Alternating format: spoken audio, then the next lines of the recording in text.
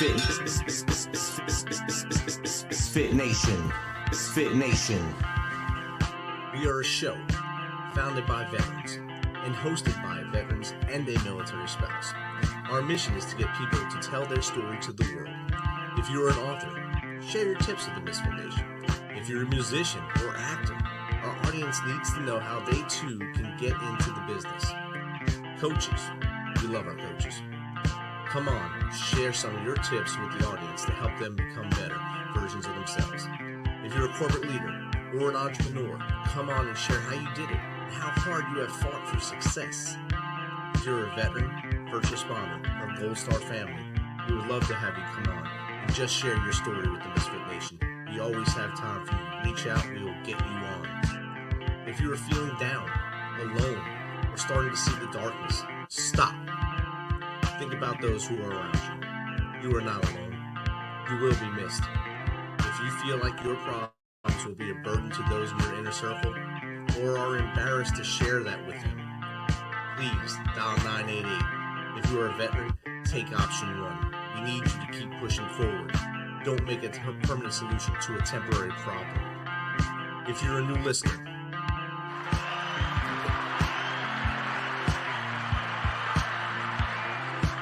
welcome to the Misfit Nation.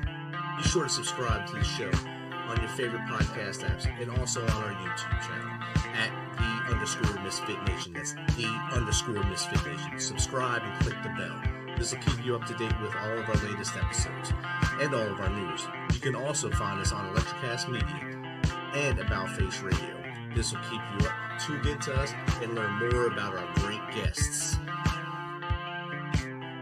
Because I'm the CEO and creator.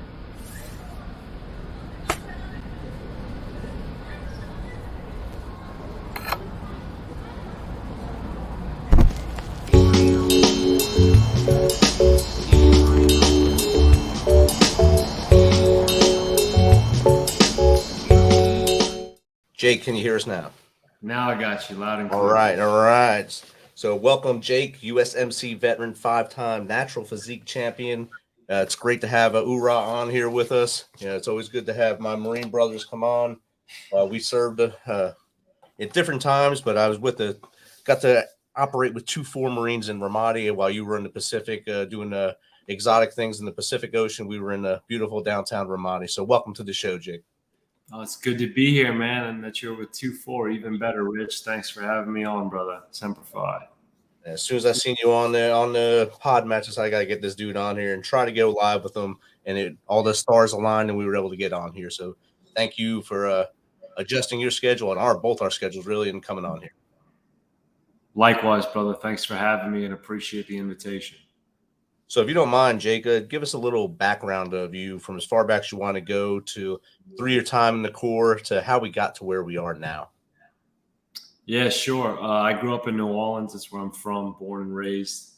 Not too far from the Superdome, so I grew up on the black and gold with the Saints, who dat. And left not too long after turning 18, went off to the Marine Corps. Childhood for me was a little kind of a facade. My parents split up when I was a kid, and I was living under false pretenses with one parent and had another one forced away from circumstance. And so home wasn't the best place for me because what people thought they saw as perfect was actually a big show. And I hid it for years, decades, pretty much all my life from people. So running away to the Marine Corps was actually a gift to me and looked like much more appealing than what I wanted to stay at home.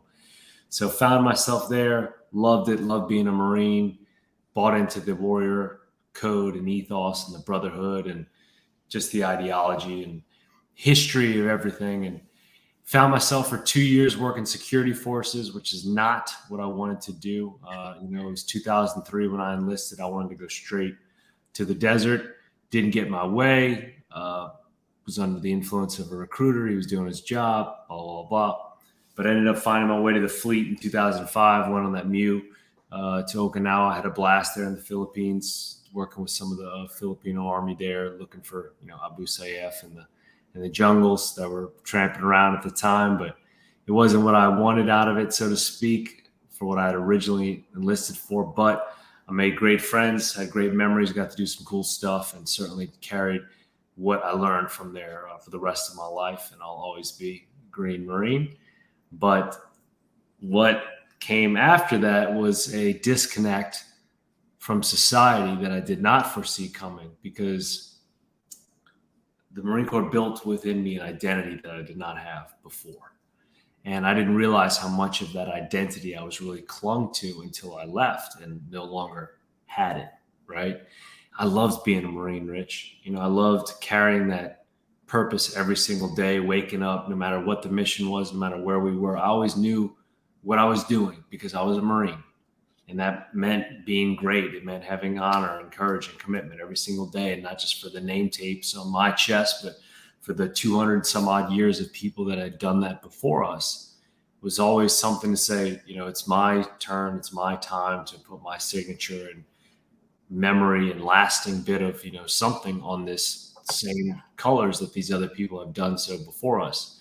Then I get to the civilian world. I was like, what's my purpose now? What do I do? I don't understand.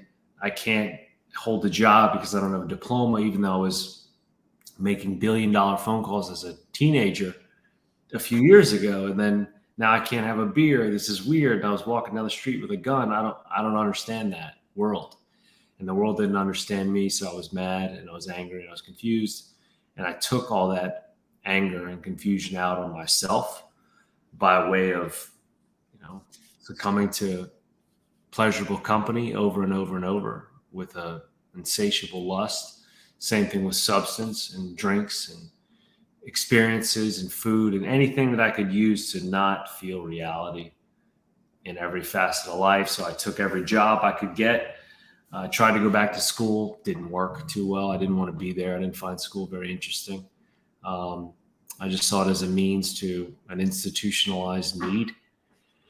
Worked at a bar for 5 years, which was awesome because it was fun. And it was probably also the worst thing for me because of what it provided.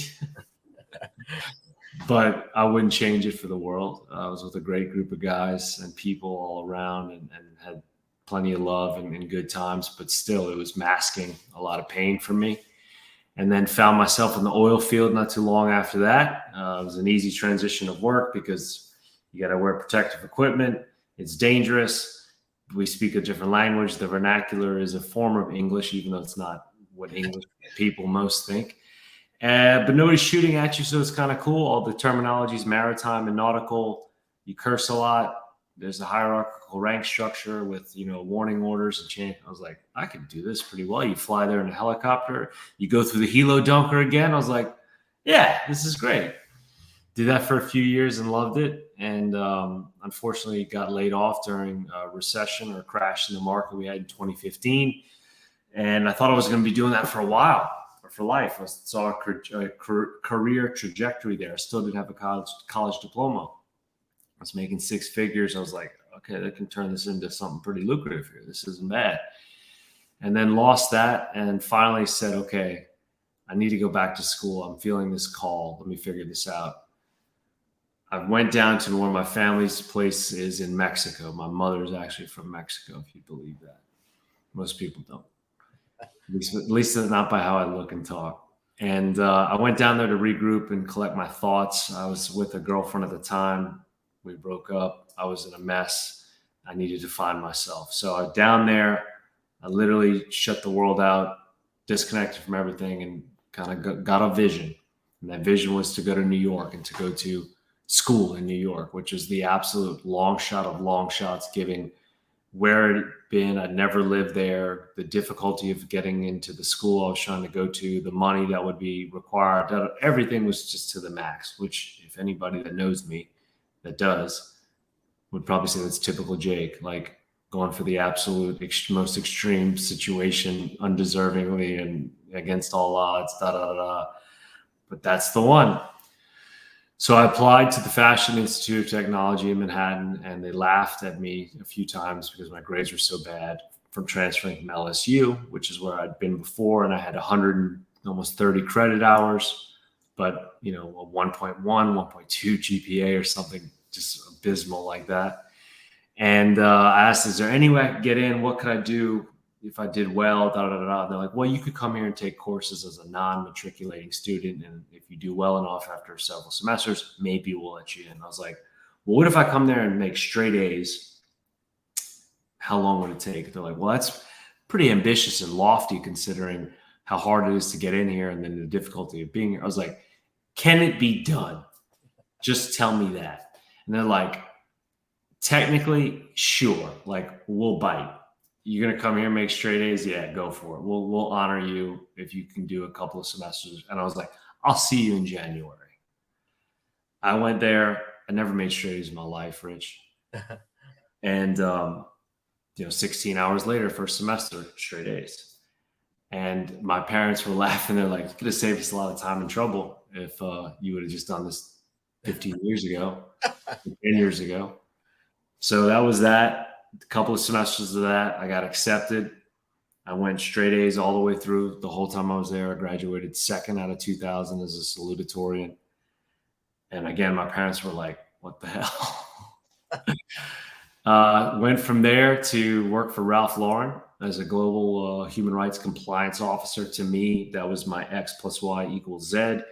Go to school, got up there. I'm a corporate guy now, work Madison Avenue. This is what I always wanted, what I thought I wanted, the clothes, the work, the panache, all that New York City prestige. And then I get there and I hated it. Not the people, not the culture. Still love that. Still love the brand. Still wear the brand. But I was confined to a cubicle. There was no organics to the business. There was no allowance for me to play my assets or to be the operator that I am. It was too admin. It was too sedentary. It was too S shop, so to speak. And it took me having to be there to realize that. And I used to walk to Central Park and cry during lunch. Literally, I would take lunch. Most people would eat in the office. I would always walk to the furthest place possible to get something, eat it there, and then to walk back just to take all of the time away from not being in the office. And a lot of those times were spent literally walking into Central Park and crying and saying, this can't be it. This cannot be the end of the road. I have not come this far, gone through this much, drudged through this much muck and shit and stuff to like, no, this can't be it. And so I dealt with it. I kept trying to think and ponder and wonder, how's this going to work out? And then one day, it was a snowy day. I was looking down from our window in the ivory tower, and I saw all these people on the street, like working, commuters going to and fro, hustlers, delivery riders and whatnot. And I was like, I need to be on the street, man. I need to be doing something where I can be back kicking indoors and going house to house, like not literally, but something that's putting me back as an operator, playing to the advantage of my skill set, not being here and neutralized by clacking keys and not being able to talk and be personable and engaging and interact with people, because that's what I do. And I didn't really realize that until, again, it was taken from me. And so my brother had been talking about real estate with me for a while. His wife is a licensing attorney. And between their influences and a couple of other people's telling me, like, dude, you should do it. Like, you're a people person, blah, blah, blah. And once I started to figure that out, that it was more about playing to that skill set and me and allowing me to be who I am naturally. And that once I saw that physical attributes mattered, meaning if you and I, Rich, were across the street and there was a deal to be made, if I could literally run there faster than you, sometimes that makes the difference between doing a deal or not, especially in New York City. And I was like, why am I not in that field? So between that and a few other competitive and comparative advantages that I quickly saw about drive, capacity, just output and energy, I was like immediately drawn to that. And then you couple that with the 90% attrition rate of first-year agents in real estate in New York, I was locked. Because most people see that as, no way, I don't want to do that. I'm scared. That's too intimidating. And I was just like, I was all in, because somewhere before in my life, I'd heard a similar mantra of the few and the proud that some people were looking for. And this seemed to kind of like echo to that. So I said, all right, let me try that out. And for all that time I was doing that. It was great. It was a people person. I was learning the city, appreciating the culture, riding that adventure. But I'd always been healthy. I'd always been, I'd always taken care of my body, from being an athlete as a kid to running track in college. Yes, I ran track at FIT. We do have a track team, even though most people don't know that. Even at the track meets, when I would show up and then check in for the school, and they say, "You guys have a track team?" I thought it was an art school or fashion school, and I'd be there in the warm up. And yeah, man, it's crazy. We got warm ups and everything. And all the while, I was always taking care of my physicality, because I learned in the core to depend on that for my life, or that I needed it. If I needed it, like my life depended on it, I better be able to draw from it. So I never lost that, thank God. And all throughout those years, stemming from the early 2000s and onward, and now we're talking 2015, 16, that I was always kept in shape. And because of that, I had people reaching out to me, just touch and go here and there, asking about this, asking about that, and then asking about how I was doing these things, how I was dealing with drug abuse, alcohol abuse, child abuse, emotional trauma, like overcoming stress and the disconnects of coming back to the civilian life. And how are you able to do this, man? What are you doing? And it was building a coaching model. I didn't know it at the time, but it was building what I now teach. And it was dosing to me through family and friends and acquaintances throughout the world, then people that I'd met in places and maintained relationships with. But I still thought I needed to be corporate Joe. I still thought I needed to be luxury real estate agent and broker, fancy clothes, cool watch, the glam, because I needed that validation. I needed to show that I was someone, and I needed that someone to be shown in order to be recognized. I did not want to be a coach because I didn't like the word association that came with it. I did not want to be a trainer because I did not like the description or the appeal that most people gave to that.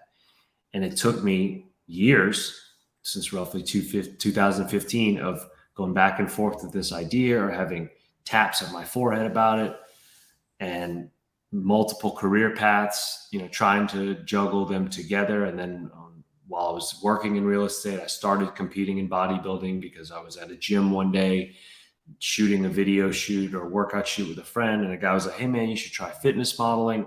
And that took me on another dive into that whole arena, and coupled that with my bodybuilding and the Natural Bodybuilding Federation. And there's nutrition involved in that. And so all these things started to kind of come up, that I was like, I'm doing all this stuff that's very much health focused.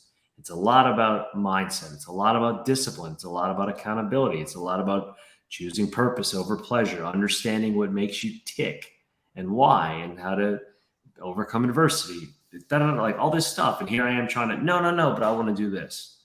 No, but I want to do this. Well, I have this whole onslaught of reasons that are becoming character traits, that are becoming attributes, that are showing themselves to be more innate skill sets, as opposed to me trying to learn and force this round peg in a square hole kind of thing. Because I thought that's what I wanted. I thought that's who I needed to be. I thought that's what would make me happy. But there I was, blowing my way through every bag I could get, drinking away every bottle I could get, spending all the money I was making. And I didn't have the wholesomeness. I had a hole in my heart. I had a void in my soul, and I couldn't figure it out. Finally, I started to delve into this other side in 2020, and I tried to go into it, and I started the business. I did in like the summer of 2020, but I pulled the plug because I didn't like it. I wasn't ready. No, I don't want to do it. I don't want to do it. So I went to business school. Again, back in school, people were like, "Oh my God, this guy's a freaking lifelong student. What the hell?" But it ended up being pretty well, and got my MBA through at USC, graduated with honors again. But why did I do that? Well, I had a plan again before the coaching, that I got accepted to Le Cordon Bleu, to a master culinary program, because I was going to leverage my nutrition and my understanding of food coming from New Orleans. My mother's from Mexico, and I competed in natural bodybuilding and that should make a food concept. Let's go cook in Mexico City. So I moved to Mexico City. Work was good. Modeling was good because I'm a Mexican citizen and it's very marketable to be that person and look like me, but live down there. So all that was going great. And then March 2020, this weird thing started to happen in the world. And it took my dream away, just like it took a lot of other people's freaking dreams away. But it was the best thing that ever happened to me because from there I got crushed. I was there all in. I pulled up stakes from New York, left the real estate career behind, said I'm going for this on the dream of leveraging all those things like I mentioned, and then kapoof, whatever happened. And I came back to the States with my head in my hands. And what am I going to do now? I'm pushing 35. What am I going to do now? I don't know. This was my all-in move. Flipped a coin about 2 applications. I'm either going to go try and work for the agency or I'm going to go back to school. Whoever responds first between SC and the agency, that's what I'm going to do. I didn't hear back from the agency. I heard back from SC. The decision made was there. Did that, went through that, and now went back to New York, back to real estate. I was still trying to scratch at that door, still couldn't figure out if that's what I wanted to do and really who I am. And again, the same thing started to really scratch back at me from all those other places and people. And because of my career in natural bodybuilding, I was very successful at it for the amount of time I was there. I had 5 victories, one of which was a world championship, 3rd place finish. And I didn't realize how important all that was or how much benefit that carried with it because of what people saw the value in. I didn't. I mean, to me, it was fun. And I was using myself as a guinea pig because I was testing out all kind of different diets. I did it as a bro dieter. I did it as a standard American dieter. I did it as if it fits your macros dieter. I did the world championship run as a vegan because people said I couldn't do it because it couldn't be done. Blah, blah, blah, blah. It's like the best motivation you could ever give to me is telling me I can't do something. I'm sure you can relate, Rich. Yes.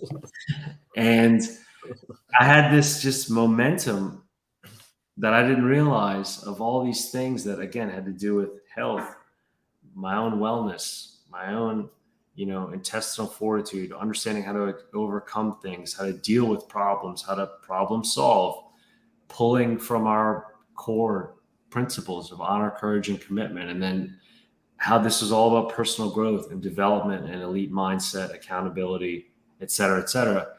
And again, there I am putting this thing together, but not understanding that I was putting something together until finally I had a eureka moment in 2021 where it was like, dude, you need to do this because this is about you becoming the man you never had in your life. And it's the one you need to be because otherwise you're not going to have a life. You've already seen what this road has brought you to, and you've had your ups and downs. You've been in and out of rehab. You've checked into places. You've dealt with like that. Jake is not going anywhere. And you know who you are. You know who you can be. And when I finally had this revelation or epiphany, whatever you want to call it, and I saw the person that I needed to be in my own life, I was devastated because I was like, don't tell me. Oh my God, that's what I have to get through to become that. It's easier to just be a junkie. It's easier to be a consumer. It's easier to hide with substance and things as opposed to taking off the mask and leaning into your honesty and exposing yourself for what you are, because that's really going to liberate everything about you. And seeing that person, again, I was just terrified because I was like, oh God, this is going to be so much pain and suffering, but that's what it's about. And so for me to become that person that I needed, the man that I never had in my life, that I needed in my own life, to become him was to walk through a path of suffering and to be in my own self-mastery. And to do that, that's the road that's paved in suffering. And so now I've embraced that challenge. I look forward to the pain. I welcome it. I make hard a habit. And so I'm now proudly serving a community of people by way of an elite mindset coaching program that is pillared around leadership, particularly Marine Corps leadership principles, extreme accountability, self-reliance, intestinal fortitude, honor, courage, commitment, fitness, nutrition, and spiritual and physical nutrition. That's literally changing people's lives every day. That was a call that I was on before ours today, and I'll have another one shortly after this one tonight. And waking up every day now with purpose, going to sleep with wholesomeness, not feeling empty or otherwise, and every day's Christmas morning, and every day's a gift. Definitely, and what a journey! That's a wild journey, and thank you. And I just sat here trying to take as much notes as possible on here. I wrote "Who Dat" and crossed it out a couple times, saying should have had #1 pick this year, but it'll happen. But I understand that stuff, and right now I'm going to take a quick break, and we'll come back and we'll chat a little more. I'll go and have some questions for you, and we'll just rock this out. Sounds good, brother.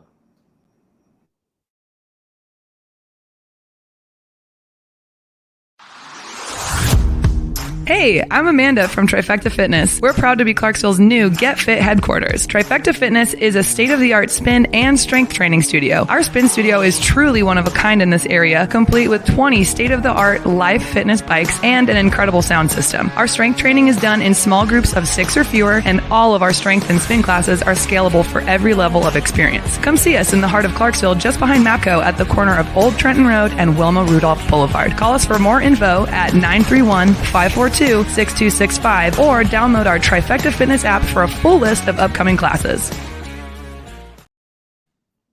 All right, welcome back to the Misfit Nation. Again, we're chatting with USMC veteran Jake Thomas. He just told us his journey, his life journey, and it's an amazing journey. If you missed it, this will be published again in about a week, so you get on all our channels and hear that story. And not just the story of what he went through, but how he came out of it. How every time he was about to fall, he'd get back up. How he was in the throe of being basically tied down by addiction and alcoholism and consumerism, and he was able to fight his way out of that. And being the hoorah Marine he was able to use those things he learned as a young Marine and came back and fought through education at a later time, then shocked his parents, shocked the world, getting straight A's, being this salutatorian. Running track at FIT. I grew up there, had no idea that FIT had a track program. Thanks for sharing that with us. But I did read your bio earlier about running a sub 3:30 marathon with no nutrition. What went through your mind to do that? Oh, great question. So in the summer of 2020, I started my delve into the carnivore diet. Why first?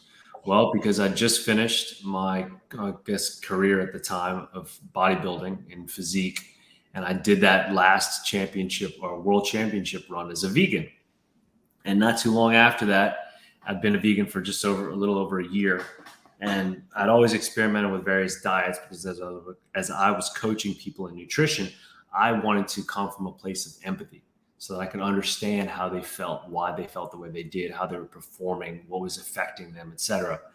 So I used myself as an N of 1 to be a vegetarian for over a year, to be a vegan for over a year, to be a pescatarian for over a year. Any type of diet I could subscribe to for an extended period of time so I could really understand it, so I could advise on it.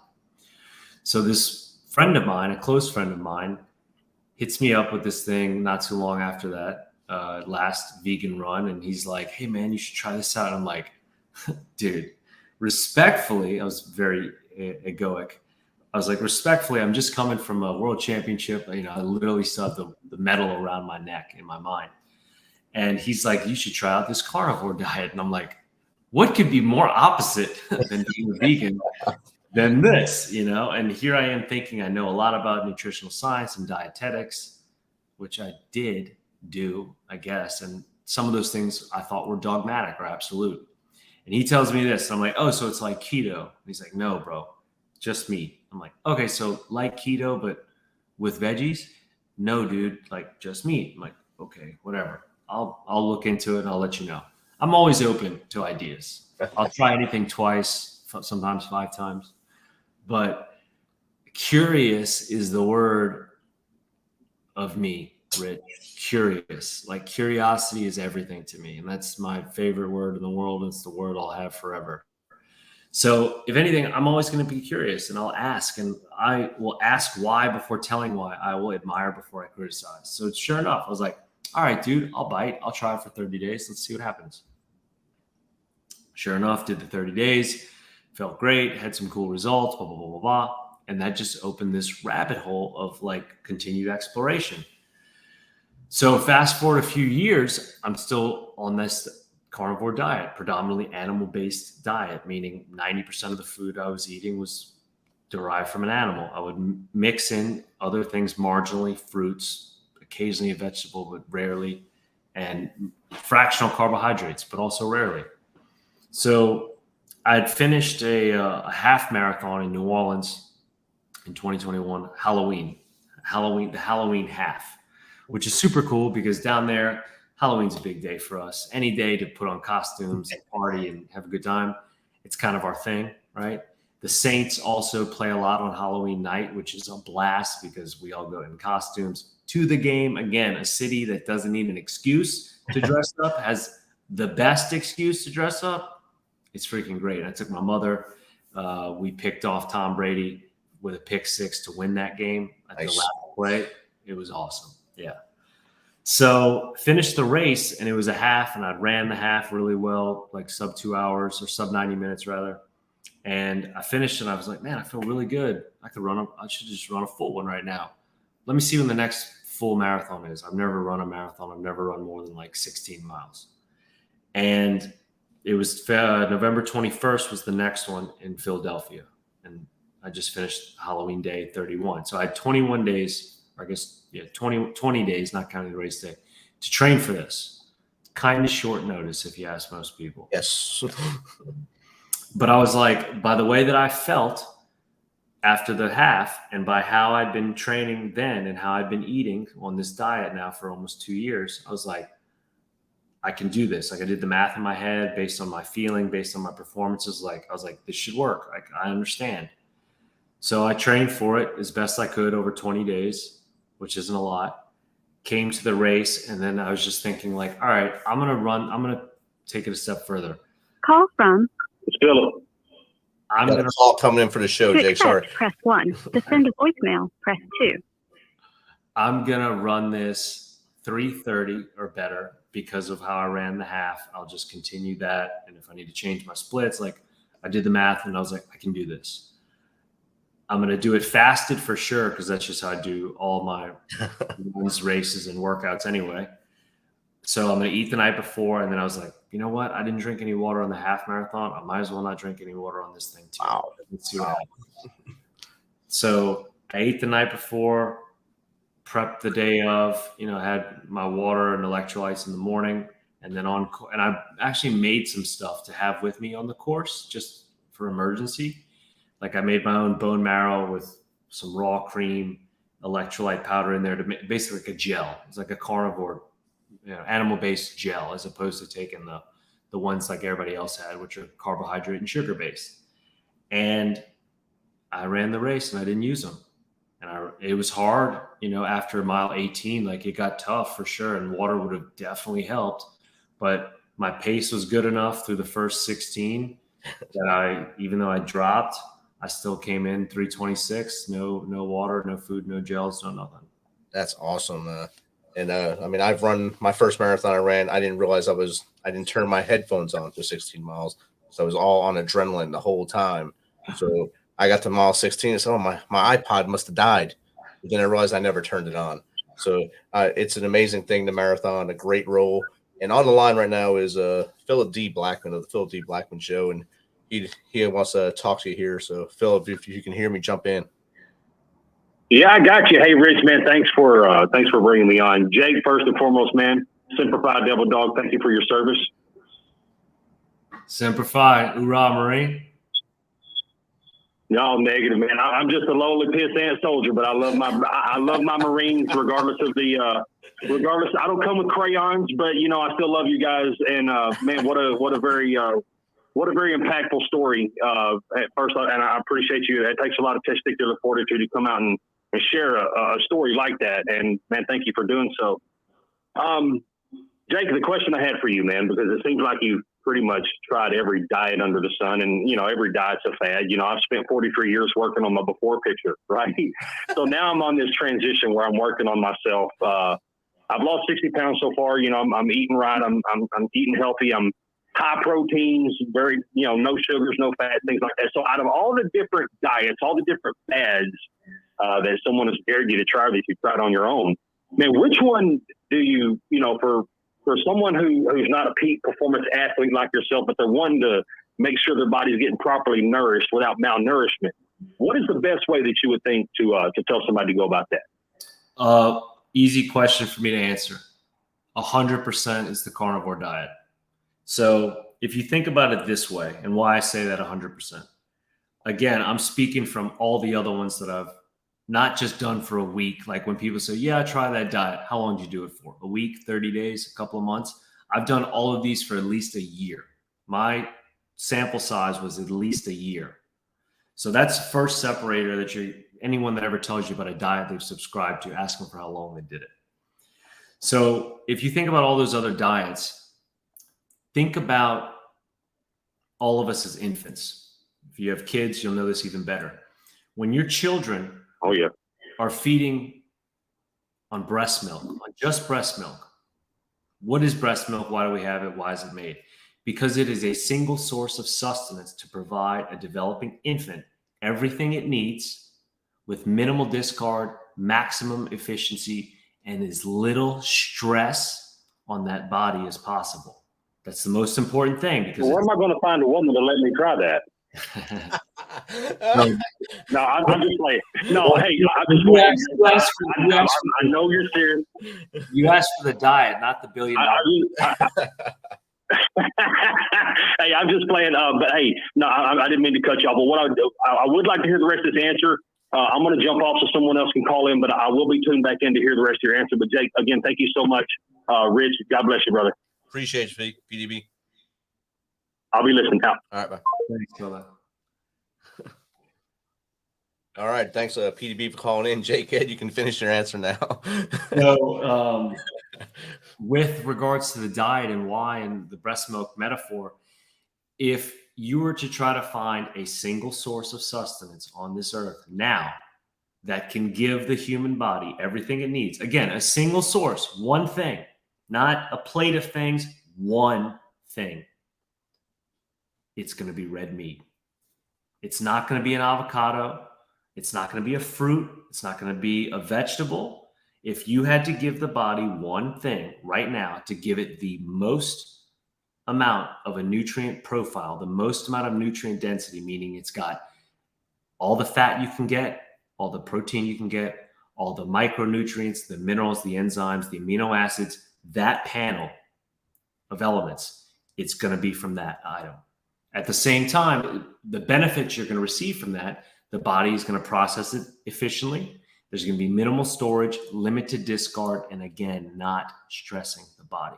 So that is why on this diet, people cure their eczema, people cure their autoimmune diseases, people cure their depression, their anxiety, they get off addiction because their bodies are finally able to thrive because they're not being bombarded with tons of different variables. People will argue this forever. But to me, it's almost an inarguable point because people are trying to argue with their hearts, their tongues, and their brains, whereas the body is an unbiased communicator, meaning you can argue all you want about your reasons for being a vegan or an abstainer of this food or whatnot. The fact is, every person on this planet drank fucking breast milk. Oh, that's all right. Sorry. That's okay. Hoorah. Drinks breast milk. Breast milk is animal-based. It is a carnivore food. I don't know if there are vegan babies yet, vegan infants that refuse breast milk. Maybe their parents prevented from them, but it's in your nature to have that. As we develop and grow older, we have loyalties. We have egoic reasons to, live this way, or religious abstinence to not do this, et cetera, et cetera. It's hard to turn that off with people because you've got your heart invested into it. You've got your ego invested into it. Your tongue loves it. Your brain, your pleasure receptors, love. This isn't about pleasure. This is about objective truth and fact. Again, what single item, if you had to live on one single item to thrive, it's not going to be any of that other stuff. It's going to be red meat. So if you remove all these other things and allow the body to thrive with none of these other variables going on, it is amazing what it's able to do from the inside on its own. It's not about being superhuman. This is about being human. And the number one most impactful thing any person on the planet can do in regards to their health is controlling what they put into their mouths. Period. End of story. It's not about exercise. It's not about yoga. It's not about reading. It's not about mindfulness. That's it. And that is what I coach people on. I should say that's the bedrock of what I coach people on. So Philip Blackman had to follow up, but isn't it harder to digest? It is easier to digest. So right back to the breast milk thing with your kids, Phil.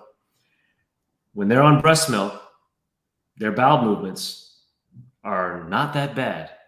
Many people think my kid's the special one because the bowel movements aren't that bad. They're kind of neutral. The texture, the consistency, the baby doesn't cry much. There's not a lot of rashes. It's weird. Literally, many people think their kids are the special child, that their shit doesn't stink. It's not until you introduce those green and orange jars that all hell breaks loose and you smell it from down the hall and across the neighborhood. And then the babies are sick, they're having problems. That is the first sign right there about the problems with digestion. The compatibility of red meat and animal foods is that they are very similar to what we are. Their tissue, the makeup, the biology, the metaphysiology, the elements that create and make these things are very much like we are. Hence why we use pig hearts for transplants, why we use arteries of other animals to replace some of our own. You are not going to do that with a celery stalk. You're not going to do that with insert whatever else you want. You're doing this with these other things because of the compatibility of them to our own. So that for digestion, you're talking about hyper processing efficiency, meaning back to the bowel movement reason. You're going to be absorbing everything you're eating. There's going to be very little to digest. Back to being a vegan bodybuilder. I used to have 5-6 bowel movements a day. And I would think, wow, I'm so healthy. That's why I'm doing this. My metabolism's so fast. No, stupid, Jake. That's everything that's being discarded. Everything that is unnecessary. That is literally refuse. What is refuse? It is waste.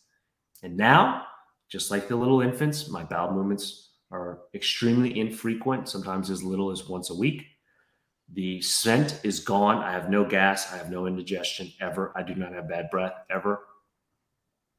The frequency, the consistency, the volume for myself, for all my clients, the people that are 100% carnivore, it's all gone. That is literally the body telling you we have no waste because we're using everything you're putting into us. So if you want to save on toilet paper, Paul, if you want to have the best digestion by not having any indigestion or otherwise discomfort, this is the way you do it. If you never want to belch again, if you never want to have bad breath again, all of those things come from here, come from the gut, come from inside of us. And those are all signals telling you that there is disruption, that there is an incompatibility going on. Oh, I've got inflammation going on here. It's a gut issue. Oh, I've got bad breath. It's a gut issue. Oh, I've got sleep apnea. I snore. It's a freaking gut issue. The people that I have gotten off of sleep apnea machines, the guys that I've got to stop snoring, whose wives now thank me to this day because they can finally sleep.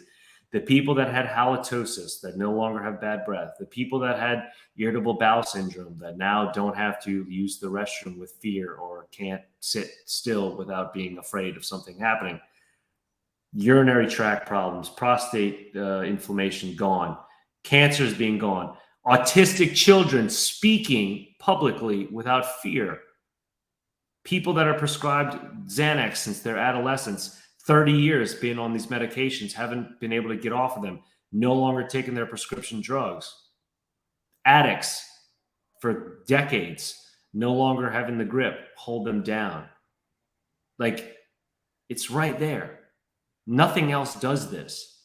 You cannot do this on these other things because there's too many variables coming into the body, and the body is going all over the place trying to process those variables. Now, by putting this one thing and giving the body everything it needs from that one thing, the processing is super simple and efficient. And the body just goes, oh man, we got all hands on deck. You guys can come off QRF. We don't need to send the fire brigade there, because normally the body's just getting bombarded with like, what the hell are you doing to me, Rich, Paul? Like, who are all these people? Like, as opposed to, wow, it's so peaceful in here. That's homeostasis. That's what the body does. And that's what I teach. Awesome. Philip also asked, where can someone find information like this? Is there a website or a source that you use to find it?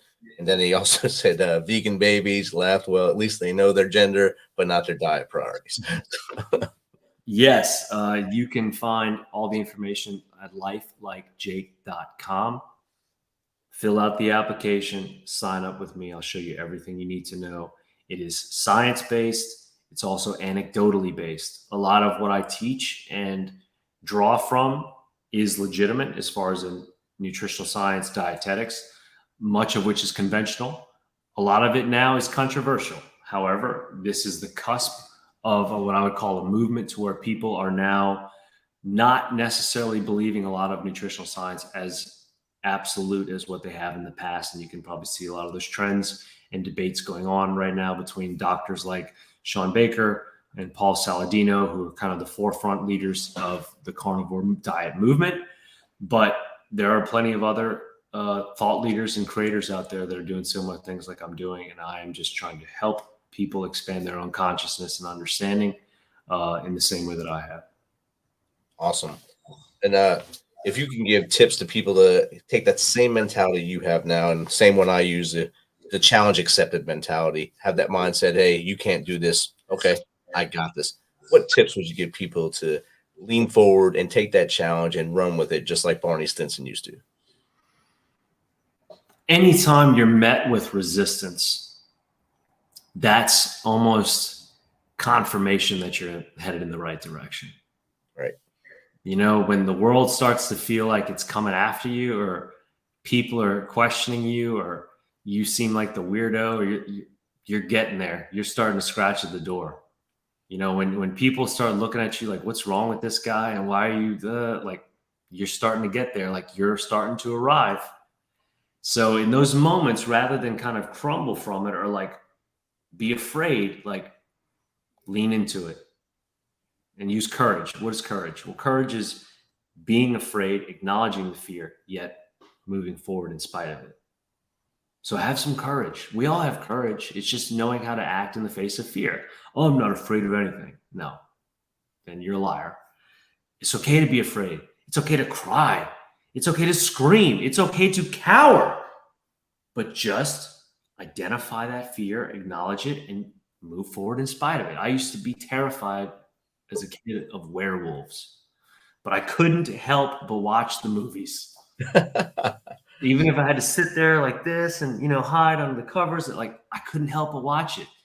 And so as a kid, that was me getting my reps in, Rich. Like, Definitely. I get those reps in, you know, and it's like you're callousing that fear a little bit and learning to deal with it. And eventually it started to become like this. And now I watch them like wide-eyed, you know, because I'm like, man, bring it on, motherfucker, you know? I got you. Yeah, I got you. But you need to take time to work on that.